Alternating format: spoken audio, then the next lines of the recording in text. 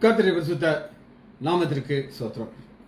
Giving God 12வது கடைசி செய்தி இன்னைக்கு தியானிக்க இருக்கிறோம். கிவிங் காட் லாஸ்ட் செய்தி. ஜெபத்தோடு இந்த செய்திக்குள்ளே கடந்து செல்லும். பிதாவே ஆராதிக்கின்றோம், இயேசுவே ஆர்ப்பரிக்கின்றோம், ஆவியானவரே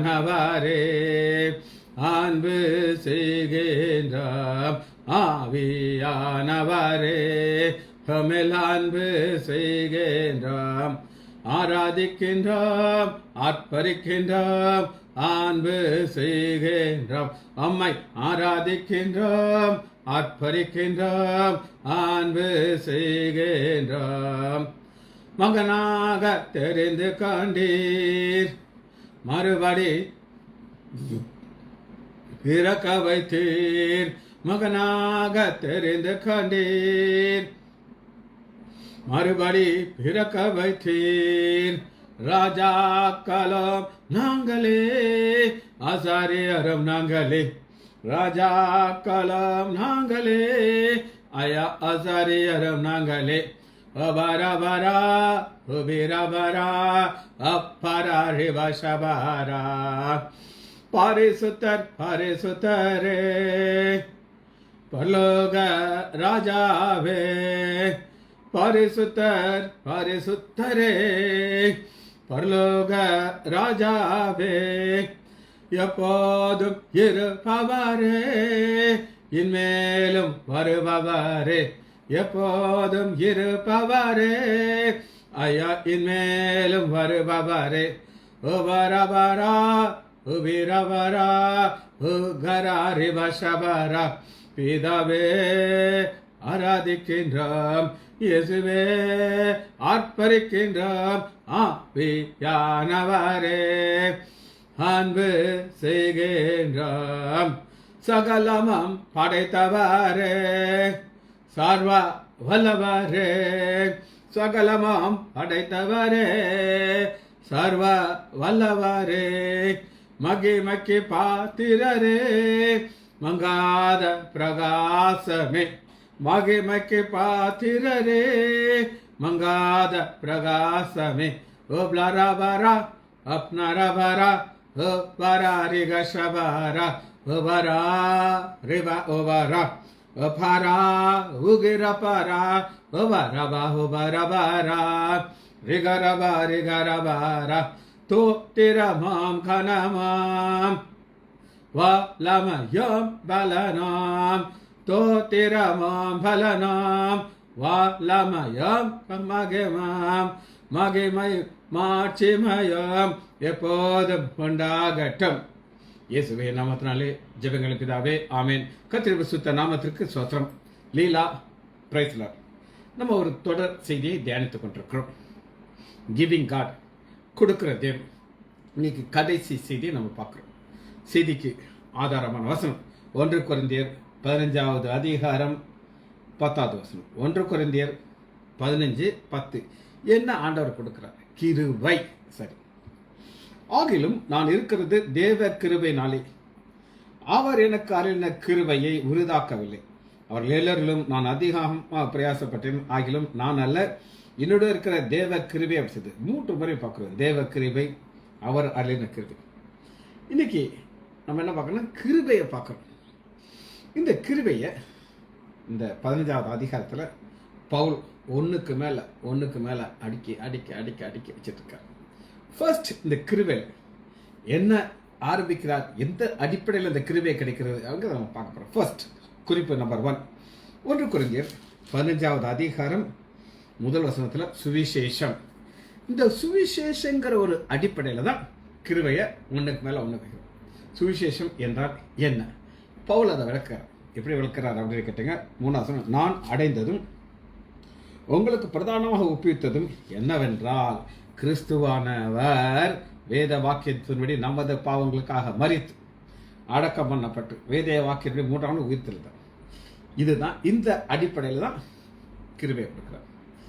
எவ்வளவு கிளவு நீங்கள் சுவிசேஷத்தை நீங்கள் அறிந்து கொள்ளுகிறீர்களோ, புரிந்து கொள்ளுகிறீர்களோ, உங்களுக்கு ஆண்டவர் கிருபை கொடுப்பார். இது எப்படி அப்படின்னு கேட்டால் அதுக்கு நான் ஒரு விளக்கத்தை சொல்கிறேன். எத்தனையோ கிறிஸ்தவர்கள் இருக்காங்க, அவங்களுக்கு என்ன தெரியும் அப்படின்னு கேட்டிங்கன்னா, நான் ஒரு கிறிஸ்தவன், என்ன ஜாதி, ரொம்ப சுட்டுக்கலாம், என்ன ஜாதியை சேர்ந்தவன், நீங்கள் என்ன ஜாதி, இதை கேட்பாங்க. இவ்வளோ காசு வச்சுருக்கீங்க, தொழில் எப்போ, நீங்கள் கடைசியாக எப்போ சொத்து வாங்கினீங்க? என்னுடைய ஒரு சொந்தக்காரமா என் மகள்கிட்ட கேட்கும், அப்பா எப்போ கடைசியாக சொத்து வாங்கினார்? அப்பா என்ன பைபிள் கிளாஸ் எடுத்தார்? அதெல்லாம் கேட்க மாட்டாங்க. அப்போ கிறிஸ்தவர்கள் அவர்களுக்கு தேவை என்ன? உலக பிரகாரமான ஆசீர்வாதம். ஆனால் நமக்கு அது தேவையில்லை. நமக்கு தேவை என்னன்னா, இந்த கிருபையில ஃபர்ஸ்ட் இயேசுவானவர் நமது பாவங்களுக்காக மரித்து முடிஞ்சிருச்சு. நீங்கள் நம்ம மேலே பாவம் இருக்கா? பாவம் கிடையாது. அவர் உயிர் தெழுந்தார், நாமும் உயிர் தெழும். ஸோ ஃபர்ஸ்ட் அடிப்படை எதில் வருது அப்படின்னு கேட்டாங்கன்னா சுவிசேஷம். பாருங்க, அடுத்து இது நம்பர் 1. ரெண்டாவது, பவுல் யார் அப்படின்னு பார்க்க போகிறோம்.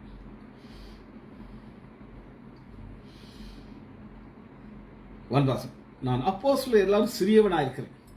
இந்த சிறியவனாக இருக்கிறேங்கிறத ஏன் பவுல் இதை எழுதுறாரு அப்படின்னு கேட்டிங்கன்னா, உங்களுக்கு நல்லா தெரியும், பவுல் ஆண்டவராக இயேசு கிறிஸ்து கூடவே இல்லை.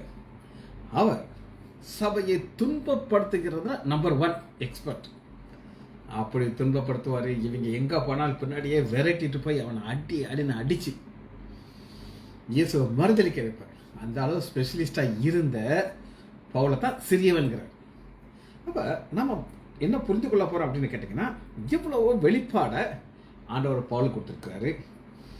ஏன் வெளிப்பாடை பவுல் கொடுத்தா? அவர் தாழ்மை, சிறியவன். இன்னைக்கு உங்களுக்கு அதிகமான கிருபை வேணும்னா நான் சிறியவன் அப்படின்னு சொல்லலாம். ஆனால் நம்ம என்ன சொல்லுவோம்? என்னையை பற்றி உங்களுக்கு தெரியாதுங்க, நான் இப்படி ஒரு ஆள் அப்படின்னு சொல்லி நம்மளை உயர்த்திக்கிட்டே இருப்போம். ஸோ அப்போ இன்னைக்கு நம்ம என்ன செய்தி பார்க்குறோம்னா, ஆண்டவர் கிருபையை கொடுக்குறார். அதான் இன்னைக்கு லாஸ்ட் 12வது செய்தி, கிருபை. அடுத்து பாருங்க, தேவனுடைய சபையை துன்பப்படுத்தினாலே நான் அப்போஸ்தலர் என்று பேர் விடுறதுக்கு பாத்திரன் அல்ல. பாத்திரன் அல்ல. எப்பவுமே நம்ம இப்படி தான் நினைக்கிறோம், எனக்கு தகுதி கிடையாது, வேதத்தை தொட தகுதி கிடையாது, புல்பிட்டில் போய் நிற்கிறதுக்கு தகுதி கிடையாது, வார்த்தையை சொல்றதுக்கு தகுதி கிடையாது. ஆனாலும் அவர் கொடுத்தார். என்ன கொடுத்தார்? கிருபையை கொடுக்கிறார். வாசிப்போமா? 1 கொரிந்தியர் 15வது அதிகாரம் 10. ஆகிலும் நான் இருக்கிறது தேவ கிருபையினால் இருக்கிறது. இதை என்னை வைத்து இதை நான் சொல்ல முடியும். நான் இருக்கிறது தேவ கிருபையினால் இருக்கிறேன்னு சொல்லி. உங்க எல்லாருக்கும் பிரதர் கதிரேசன் அப்படின்னு ஒருத்தவங்களுக்கு தெரியும். பல மாதங்களாக, பல வருஷங்களாக அவர் என்னை ஃபோனில் கான்டாக்ட் பண்ணவில்லை. ஃபோனில் கான்டாக்ட் பண்ண நான் எதிர்பார்க்க முடியாது. எதுக்காக அப்படின்னா, நம்ம ஸ்டில் வேர் அண்ட் லிங்க். நீங்கள் அப்படி ஒரு செய்தி சொன்னீங்க, அதுக்கு என்ன விளக்கம்? நத்திங். நீ கூப்பிட்டாரு, என்ன பிரதர்னா, எங்கள் மாமியார் கீழே விழுந்துட்டாங்க, அதுக்காக கூப்பிட்டு. இப்போ நான் ஒரு டாக்டர்னால அவர் கூப்பிட்டுருக்காரே ஒழிய வசனத்தை அறிந்து கொள்றாரு. 1.5 வருஷம் எங்களோட கூட இருந்தார். அவர் எங்களை விட்டு போனதுக்கு காரணம் எனக்கு தெரியாது. சரி, அவர் அழுகின கிருபையை விருதாகவில்லை. இதாங்க, அவர் அழுத கிருபை வேஸ்ட் ஆக்கலை. வேஸ்ட் ஆக்கிறதுனா என்ன சொல்ல பார்ப்போம்? இன்னைக்கு எத்தனையோ வார்த்தைகள் உங்களுக்கு கடந்து வருது. அதை நீங்கள் தியானிச்சு, அதை உங்களுக்கு உள்வாங்கி, அதை நீங்கள் மற்றவங்க சொன்னீங்கன்னா அது கிருபை. 1ஆம் தேதி எங்கள் ஆலயத்துக்கு எங்கள் ஆரோக்கியவாதிலாம் இருந்தார். எங்கள் பாஸ்டர் சியோனை குறித்து ஒரு பிரமாதமான ஒரு வார்த்தையை சொன்னார். இதை முடிச்சுக்கிட்டு நான் இடத்துக்கு எழுத ஆரம்பிச்சிட்டேன். நான் வேஸ்ட் பண்ண மாட்டேன். ஆண்டவர் எங்களுக்கு காமிச்சாரு. 1ஆம் தேதி செய்தி, இன்னைக்கு லாஸ்ட் முடியுது. அடுத்து உங்களுக்கு என்ன வார்த்தை? அதை தான் விருதாகாம ஒரு கொடுத்த கிருபையை யூஸ் பண்ணிக்கிட்டே இருக்கணும். அதான் இதுக்கு ஒரு வசனத்தை பற்றி உங்களுக்கு நான் காட்டுறேன். எடுத்துக்கோங்க. யோவா 1வது அதிகாரம்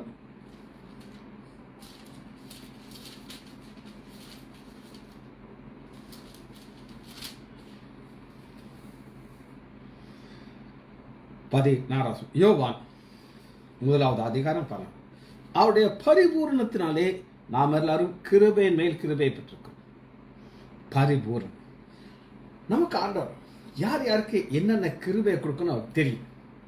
அந்த கிருபையை கொடுக்கும்போது என்ன செய்கிறார் அப்படின்னு கேட்டிங்கன்னா, கிருபையின் மேல் கிருபையை பெறுகிறோம்.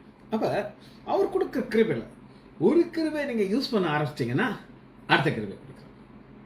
இந்த கிருபை யூஸ் பண்ணுறீங்களா, அடுத்த கிருபை கொடுக்குறார். ஆனால் நீங்கள் யூஸ் பண்ணவே இல்லைன்னா உங்களுக்கு அது வேஸ்ட்டு, கொடுக்க மாட்டாங்க. உங்களுக்கு எல்லாருக்கும் ஆசை, நம்ம இதை செஞ்சானா ஆண்டவருடைய ஆசீர்வாதம் நமக்கு கிடைக்கணும் சொல்லி. அதனால தான் அதிகமாக பிரயாசப்படும். ஆகிலும் நான் அல்ல, என்னோடு இருக்கிற தேவ கிருபை. அப்போ நம்ம தேவ கிருபைன்னு நமக்கு உள்ளே இருந்துக்கிட்டு ஒரு காரியத்தை செய்துக்கிட்டு இருக்கு. என்ன காரியத்தை செய்யுது அப்படின்னு கேட்டிங்கன்னா, மற்றவர்களுக்கு நம்ம சாட்சியாக நிறுத்துகிறது. சரி, இது 2வது குறிப்பு. 3வது குறிப்பு 11வது வசனத்தில் பார்ப்போம். ஆகையால் நான் ஆகிலும் அவர்கள் இப்படி பேசுங்க, நீங்கள் இப்படியே விசுவாசித்திருக்கிறீர்கள். இப்போ ஒரு கூட்டத்தார் உங்கள் மூலமா விசுவாசத்துக்குள்ள வரணும். இதுக்காக தான் கிருபை கொடுக்குறேன். என்னுடைய மாமனார் மறைச்சிட்டார் ரொம்ப வருஷம் முன்னாடி. அவர் ரொம்ப நல்ல மனிதன். ஆனால் தெரியாம கூட யார்ட்டையுமே இயேசு குறித்து சொல்ல மாட்டார். ஜோம் பண்ணுவார், அவர் லெவலில் வச்சுக்குவார், யாருக்கும் சொல்ல மாட்டார். ஆனால் என்னுடைய சம்பந்தி இருந்தார், இப்பயும் அவரே இறந்துட்டார். யாரெல்லாம் சிக்கிறாங்களோ அவங்களுக்கு இயேசு பற்றி எப்படினாலும் சொல்லிடுவார். சொல்லாம அவரால் இருக்க முடியாது. அப்போ உங்கள் மூலமாக ஒரு கூட்டத்தார் விசுவாசிகளாக மாறும். அதற்காக கிருபை கொடுக்க. அப்போ ஒரு நாள் வரும், அன்னைக்கு என்ன நடக்கும் அப்படின்னு கேட்டிங்கன்னா, நீங்கள் பெற்றுக்கொண்ட கிருபைகளை ஆண்டவர் எப்படி பார்ப்பார் அப்படின்னு கேட்டிங்கன்னா, வாசிப்போமா.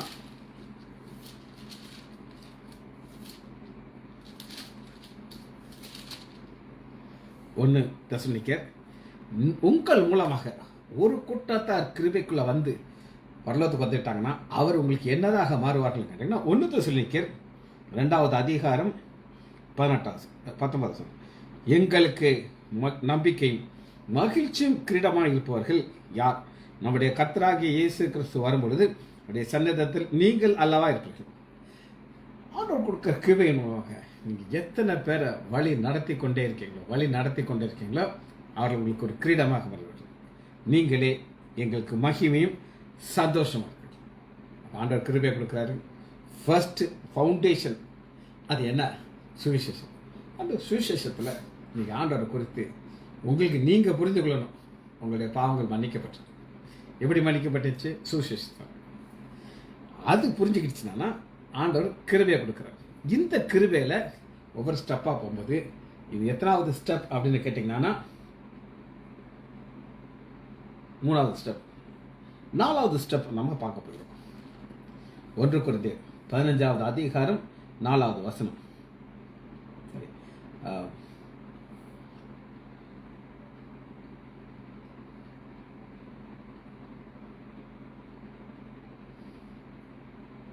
3வது வசனம். வேத வாக்கியத்தின்படி உயிரோடு இருந்து இன்னைக்கு அவர் உயிரோடு இருக்கு. அதான் இப்போ நீங்கள் பார்க்குற அல்லது பவுல் சந்தித்த இயேசு யாருன்னா மரித்து உயிர் தெழுந்த இயேசு.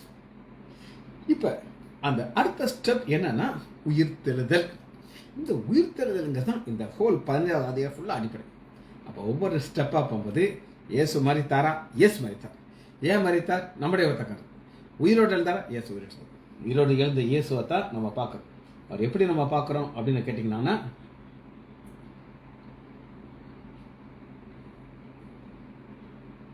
மறுமை. ரைட், பார்ப்போமா.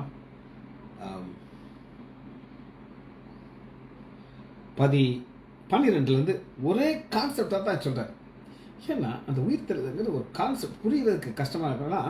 பவுல் 12வது வசனத்திலிருந்து கிறிஸ்து மரித்தொழுந்து எழுந்தார் என்று பிரசங்கிக்கிறோமே, மரித்தோர் உயிர்த்தல் என்று உங்களால் எப்படி சொல்லணும்? மரித்தோர் உயிர்த்தலாவிட்டால் கிறிஸ்து எழுந்திருக்கிறது, கிறிஸ்து எழுந்திருக்காவிட்டால் உங்களுக்கு மரித்தோர் உயிர்த்தெழுறதுக்கு இதான் கான்செப்ட். அப்படின்னா என்ன அர்த்தம் கேட்டிங்கன்னா, இயேசு மரித்தாரா? எஸ் மரித்தார். அடக்கம் பண்ணப்பட்டாப்பா? 3ஆம் நாள் உயிர்த்தெழுந்தார். அதற்கு சாட்சிகள் வச்சுக்க. அந்த சாட்சிகள் தான் பார்க்கணும். 500 பேருக்கு தரிசனம் அட் அ டைம். இப்போ உங்களுக்கு ஒரு நம்பிக்கை இருக்கும். என்ன நம்பிக்கை இருக்குன்னா, நானும் மரிப்பேன், நானும் உயிர்த்தேன். அதில் தான் இப்போ கிறிஸ்துவுக்குள் நிறுத்தது 19வது வசனம். அடுத்த ஸ்டெப்பை நம்ம பார்க்கணும். ஒரு ஸ்டெப்பை மேலே போயிட்டே இருக்கும். என்ன ஸ்டெப் அப்படின்னு பார்ப்போம். இமைக்காக மாத்திரம். 2 காரியம் இருக்கு. 19 வருஷம் இம்மை மறுமை. இந்த இம்மைங்கிறது ஒரு வாழ்க்கை. அது எங்க ஆரம்பிக்குது அப்படின்னு கேட்டீங்கன்னா, தாயினுடைய கர்ப்பத்தில் ஆரம்பிக்குது. எங்க முடியுதா கல்லறையில் போய் பிடிச்சிது. அதுக்கப்புறம் கல்லறையில் ஒரு மார்பிள் போட்டு வச்சிருப்பாங்க, அழகா படமெல்லாம் போட்டு வச்சிருப்பாங்க, இவெல்லாம் பிக்சர் போட்டு வச்சிருக்காங்க. ஆமா, உண்மையான கிறிஸ்தவனுடைய வாழ்க்கை எங்க ஆரம்பிக்குதுன்னா கல்லறையிலேருந்து ஆரம்பிக்குது. கல்லறையிலேருந்து நம்ம பரலோகத்தில் போய் நமக்கு இந்த பூமியில் நம்ம ஆண்டவருக்காக செய்த ஒவ்வொரு காரியத்துடைய ரிவார்டு நம்ம கிடைக்கும். அதை நம்ம பார்க்கணும். அதான் இம்மை மறுமை. அந்த மறுமையினால என்ன நடக்குது அப்படின்னு கேட்டிங்கன்னா, 22 வசனத்தில் 2 பேரை பார்க்கணும். ஒன்று ஆதாமு கொல், கிறிஸ்து கொல். ஒரு கொல் ஒரு கொல். இப்போ நாயின் ஒரு விதை அங்கே ஒரு ப்ரொசஷன் போயிட்டு ஒரு கூட்டத்தார் மரித்த வாலிபன் பின்னாடியே போயிட்டு இருக்கிறாங்க. ஒரே சோகமா மரித்த ஒரு வாலிபன், அவன் பேர் கிடையாது, நாயினூர் விதவையுடைய பையன், அவ்வளோதான். ஆனால் இன்னொரு கூட்டத்தார் ஜீவனுக்குள்ள இயேசு கிறிஸ்துவின் பின்னாடி ஒரு கூட்டம் போயிட்டே இருக்கிறாங்க. ஒரே ஊர் தான். அது வேற கிறிஸ்துவுக்குள் ஆதாமுக்குள். ஆதாமுக்குள்ள நீங்கள் இருக்கும்போது என்ன கிடைக்கும் அப்படின்னா மரித்த நிலைமை, ஆதாமுடைய பிரச்சனை. ஆனால் கிறிஸ்துவுக்குள் வரும்பொழுது மரித்துலேருந்து கிறிஸ்து முதற் பலனானார். 20 முதற் பலன். முதற் பலன் அப்படின்னா என்னன்னா உங்களுக்கு காட்டுறேன், வெளிப்படும். சரி, லேவியராகமம் 23வது அதிகாரம்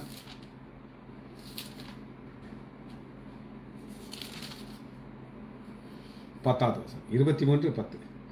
நீ இஸ்ரவேல் புத்திரரோடு சொல்ல என்றால், நான் உங்களுக்கு கொடுக்கும் தேசத்திலே நீங்கள் போய் சேர்ந்து. இது ஒரு வனாந்தர பிரயாணம். நம்ம வாழ்க்கை தேவை. ஈப்தின் அடிமையில் இருந்தார்கள், நம்ம பாவத்தின் அடிமையில். அங்கே பாஸ்கா ஆட்டுக்குட்டி அவர்களுக்கு ஒரு விடுதலை கொடுத்துச்சு. நமக்கு இயேசு கிறிஸ்து ஒரு விடுதலையை கொடுத்தார். விடுதலையை கொடுத்து நம்மளை ஒரு பாதை வழியாக கொண்டு போயிட்டு இருக்கிறோம். அங்கே அவங்க பாலும் தேனும் ஓடுகிற கானான் தேசத்துக்குள்ள பிரவேசித்தார்கள். நம்ம பரலோக ராஜ்யத்துக்குள்ள பிரவேசிக்கணும். இந்த சிமிலாரிட்டி நீங்கள் புரிஞ்சுக்கிட்டீங்கன்னா, தேசத்திலே அது வெள்ளாமையில் அறுக்கும் பொழுது உங்கள் அறுப்பின் முதற் பலனாகிய ஒரு கதிர் கட்டை ஆசான். கதிர் கட்டு அப்படின்னா ஒரு கட்டு இருக்குது, அதுக்குள்ள நிறையா கதிர் இருக்கும், முளைச்சிருக்கு. முளைச்சி அது என்ன கொடுக்குது? ஒரு பலன் கொடுக்குது. அது உங்களுக்காக அங்கீகரிக்கப்படும்படிக்கு ஆசாரியர் அந்த கதிர்கட்டை ஓய்வு நாளில் வாங்கி கர்த்தருடைய அசைவாட்டுகிறார்.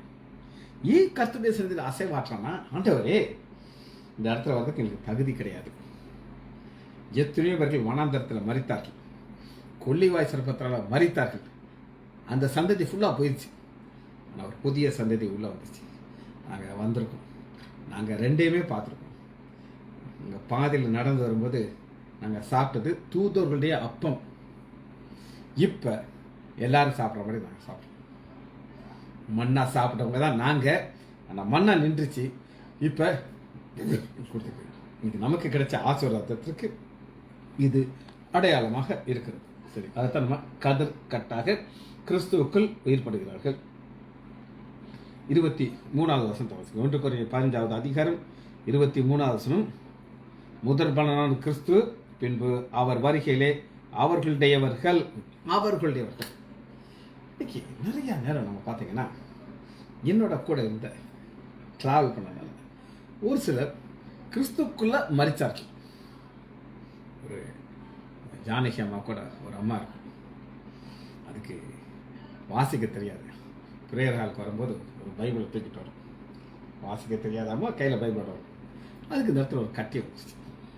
கட்டி வந்த உடனே அதுக்கு கொஞ்சம் வருத்தம். ஒரு நாள் என்னையை பார்த்து ஒரு நாக்கு வச்சுக்கிட்டு, சார் ஆண்டவருக்கு ஒரு தரிசனம் கொடுத்தார் சார். அந்த தரிசனத்தில் நீங்கள் பார்த்தீங்கன்னா இப்படியே யாரும் ஒரு இடத்துல இருக்கீங்க சார். உங்கள் கையை இப்படி தூக்குறீங்க, இப்படி செய்து கொடுக்குறீங்க. நான் பார்த்தேன் சார் அப்படி சொல்லிட்டு அந்த அம்மா இரும்பும்போது ரத்தம் வரும். அது என்கிட்ட சொல்லுது, சார் முந்தியெல்லாம் பயப்படுறது கெட்டு போன ரத்தம், ஏசாப்பாக்கு பிடிக்காது, வெளியில் போட்டோம். உடனே அந்த அம்மா மறிச்சிச்சு. அது அங்கே பரலோகத்தில் உட்காந்துட்டு இருக்கும். அவருடைய வரிசையின்படி கோயிலான்குள்ள ராசிகர் இன்னும் உயிரோடு இருக்கிறவங்கள அவங்க என்ன நிலைமை இருக்காங்க எனக்கு தெரியாது. ஒரு சிலர் பின்மாற்றத்துக்கு போயிட்டாங்க, எனக்கு நல்லா தெரியும். அது ஏன் பிரச்சனை கிடையாது.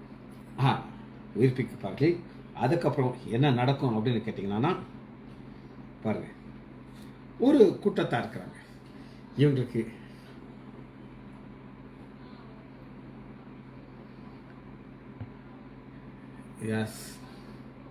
இப்போ பாருங்க, 1 கொரிந்தியர் 15வது அதிகாரம், ஒரு கூட்டத்தார் இதுக்கு அகேன்ஸ்டாக இருக்கிறாங்க. எதுக்கு அகேன்ஸ்டாக இருக்காங்க அப்படின்னு நீங்கள் கேட்டிங்கன்னா, உயிர் தெழுதல். அவங்க பேச்சு எப்படி இருக்குன்னு பாருங்க. இப்போ நான் பார்க்குறேன், ஒரு ஃபவுண்டேஷன் இருக்குது, கட்டிக்கிட்டே வரோம், அது கிருபை. ஆனால் எங்கள் கிருபைக்கு அகேன்ஸ்டாக போகிற ஒரு கூட்டம். 32வது, நான் எபேசுவிலே துஷ்ட மிருகங்களோடு போராடினேன் என்று மனுஷன் பதம் சொல்கிறேன். அப்படி செய்து நான் மருத்துவர் உயிர் தெழுதா புசிப்பவர்கள் சாவும் என்று சொல்லணும். இப்போ இவங்க என்ன சொல்கிறாங்கன்னா, வெந்ததை தின்னுட்டு விதி வந்தாலும் செத்து போயிடும். அது கிடையாது. இன்னைக்கு நமக்கு ஆண்டவர் கொடுக்குற ஒரு பாதை இருக்குது.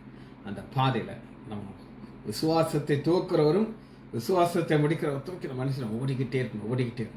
அந்த ஓடுறதுக்கு அந்த கிருபை மேலே கிருபை கொடுப்பார். ஆனால் நீங்கள் ஓடலைன்னா அது வேஸ்ட். ரைட். அடுத்து 36வது வசனத்தில் பவுல் ஒரு சரீரத்தை சொல்கிறாங்க. இப்போ இந்த சரீரம் இருக்குது பார்த்தீங்களா, இந்த சரீரம் என்ன செய்யப்படும் அப்படின்னு கேட்டால், இது விதைக்கப்படும். 43 சொல்கிறாங்க.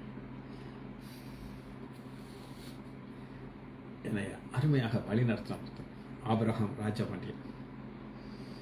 ஒரு நாள் அவர் இறந்துட்டார் அப்படிங்கிற ஒரு நியூஸ் வந்துச்சு. நான் போய் முழங்கால் போட்டு ஜெபம் பண்ணப்படுது. இந்த வசனத்தை சொல்லி ஜெபம் பண்ண ஞாபகம் இருக்கு. ஆண்டவரே, எங்களை வழி நடத்தின எங்கள் ஆவிக்குரிய தகப்பனாருடைய சரீரத்தை நாங்கள் விதைக்கிறோம். இது ஒரு நாள் திரும்ப வரும். அன்னைக்கு நாங்களும் அந்த கூட்டத்தில் இருக்கணும். இதற்காக ஜெபம் பண்ணுறேன் ஆண்டவர்னு சொல்லணும். அதுதான் இங்கே பாருங்க, 42வது, மரித்தோரும் உயிர் தழுவதும் அப்படி இருக்கும். அழிவுள்ளதாய் விதைக்கப்படும், அழிவில்லாதாய் விதைக்கப்படும் போது அழிவுள்ளது எல்லாம் அழிஞ்சு போயிடும். ஆனால் திரும்ப வர்றது உயிர் உள்ளதாக விளையும். இதுதான் கிருபையில் அடுத்த ஆங்கிள். அநேக ஆசிரியர் இதுதான் நம்ம மரணத்துக்கு அப்புறம் இருக்கிற கிருபை. இது ஒரு கூட்டத்தாருக்கு இது புரியாது. அவங்க கேலி பேசுவாங்க, ஆனால் நமக்கு அப்படி கிடையாது. 44, ஜென்ம சரீரம் விதைக்கப்படும், ஆவிக்குரிய சரீரம் எழுந்திருக்கு. ஜென்ம சரீரம் உண்டு, அது 2 காரியம். இப்போ நீங்கள் பார்க்குறது ஜென்ம சரீரம். ஆவிக்குரிய சரீரம் ஏற்கனவே நம்ம பார்த்துட்டோம். திரும்ப லேசாக டச் பண்ணிட்டோம். ஆண்டவராகிய இயேசு கிறிஸ்து மரித்து உயிரோடு எழுந்தார். எம்மா ஒரு சீஷருக்கு நடந்துட்டு கொண்டு போகிறோம். இந்த எம்மா ஒரு சீஷர்கள் எங்கே போயிட்டுருக்காங்க அப்படின்னு கேட்டிங்கன்னா, எருசலேமை விட்டு எம்மாவுக்கு போகிறாங்க. எருசலேமில் பிரச்சனை இருக்கிறார். ஆனால் அவங்களுக்கு இல்லை எங்களுக்கு ஒரு சேஃபான இடம் வேணும்ன்ற போகிறாங்க. அப்போ ஆண்டவராகிய இயேசு கிறிஸ்து அவங்களோட ட்ராவல் பண்ணுறாரு. கண்கள் மறைக்கப்படுது, ஆனால் வெளிப்படுத்துகிறார். அதை வெளிப்படுத்தி, நான் ஆவிக்குரிய சரீரத்தோடு உங்களோட வந்திருக்கேன். அதான் ஆவிக்குரிய சரீரம். அவர்களோட வீட்டுக்கு போகிறார். ஒரு பிரச்சனை கூட சந்தேகம் இல்லை, இது யார் அப்படின்னு சொல்லி. அவர் சரீரம், அந்த சரீரத்தை தான் இங்கே நம்ம பார்க்கணும். அந்தபடி முந்தின மனுஷனாகிய ஆதாம் ஜீவாத்து உயிர்ப்பிக்கும். ஜென்ம சரீரம் உண்டு, ஆவிக்குரிய சரீரம் உண்டு. இப்போ வானத்திலிருந்து வந்தவர் என்னபடி ஆண்டவராக இயேசு கிறிஸ்து வானம், அவர் உயிர் திறந்து சீசனுக்கு தன்னை வெளிப்படுத்திட்டு அப்படியே ஒரு லிஃப்ட் ஆகி பரலத்துக்கு போயிட்டு இந்த தேவதூர் சொல்கிறாங்க, கலிலேயர்களே ஏப்பா அப்படி வேடிக்கை பார்த்துக்கிட்டு இருக்கீங்க, இந்த இயேசுவானவர் எப்படி இப்படியே பரலத்துக்கு போனாரோ அப்படியே திரும்ப வர்றோம். இதுதான் கிருபை. இன்னைக்கு எத்தனையோ தலைவர்கள் இருக்காங்க, அவங்க மத தலைவர்களாக இருந்தாலும் என்னதான் இருக்கணும். ஒரு நாள் அவங்க மறைச்சிடுவாங்க. சிரிடி சாய்பாபா அப்படின்னு ஒருத்தர் இருந்தார். அவர் சாகவே மாட்டார்னு நினச்சாங்க, ஆனால் ஒரு நாள் மறைச்சிட்டார். இன்றைக்கி பார்த்தீங்கன்னா அதில் அவர் சம்பாதிச்ச ரூபா எல்லாம் அவர் அழைச்சிட்டு போயிட்டாங்க. இன்றைக்கும் அதில் ஒரு சிலருக்கு நம்பிக்கை இருக்குதுன்னா இல்லை நான் சொல்ல மாட்டேன். ஆனால் அவங்க இவரெல்லாம் நம்பிட்டு இருந்தவங்க டெத் ஆகிட்டாங்க. ஆனால் நம்ம ஆண்டவர் என்றும் ஜீவனோடு இருக்கிறார். சரி, இப்போ பாருங்கள் 49வது வசனத்தில் இந்த கிருபையை நம்ம இப்போ முடிக்க போகிறோம். முடிக்க போகும்போது நம்மளுடைய சரீரம் எப்படி இருக்கும் பாருங்கள். மேலும் மண்ணானவருடைய சாயலை அணிந்திருக்கிறது போல வானவருடைய சாயலை அணிந்து கொள்ளுவோம். வானவருடைய சாயல். இன்னைக்கு நம்முடைய ஆண்டவராகிய இயேசு கிறிஸ்து இன்னைக்கு பரலோகத்தில் இருக்கிறார். பிதாவுடைய சிங்காசனத்தில் அமர்ந்திருக்கிறார். இன்னைக்கு ஜெயம் கொள்ளுகிறவனோ அவனுக்கு உணர்ந்து சேர்ப்பார். அதுதான் ஆவிக்குரிய வாழ்க்கையில் ஒரு உச்சக்கட்டம். இதுக்கப்புறம் ஒன்று கிடையாது. சரி, அடுத்து என்ன நடக்குதுங்கிறத மட்டும் பார்க்க முடியும். 50வது மாமிசமும் ரத்தமும் தேவனுடைய ராஜ்யத்தை சுதந்திரிக்க மாட்டாது. அழிவுள்ளது அழியாமையை சுதந்திரிப்பது. ஒரு ரகசியத்துக்கு நாம் எல்லாம் நித்திரை அடைவது. நித்திரை நாங்கள் செத்துக்கும். ஒரு நாள் மனுஷன் ஆண்டவர் எக்காலம் துணிக்கும். நம்ம மனுஷன் ஒரு செகண்டில் நம்மளை மகிமையாக்கிடும், மறுரூபமாக்கும். இந்த மறுரூபம்ங்கிறது அவருடைய சாயல் நமக்கு கிடைக்கும். இதை உங்களுக்கு நான் விளக்கியிருக்கேன். திரும்ப ஒரு வார்த்தை சொல்லிடுறேன். இப்போ ஒரு வண்ணாத்தி பூச்சி இருக்கு.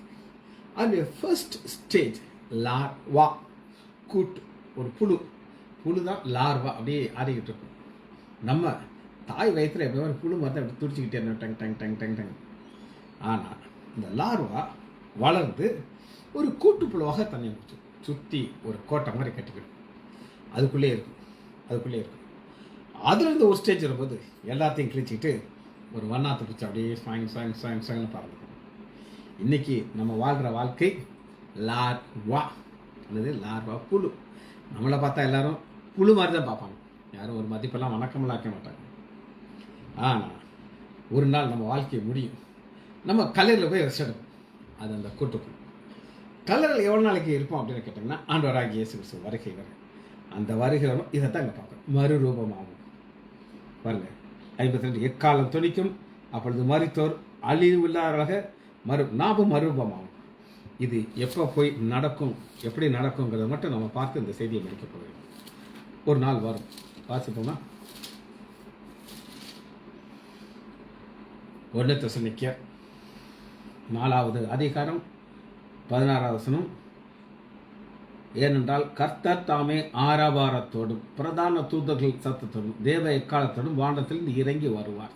சரி, ஆண்டவருடைய 2வது வருகை 100% எஸ்.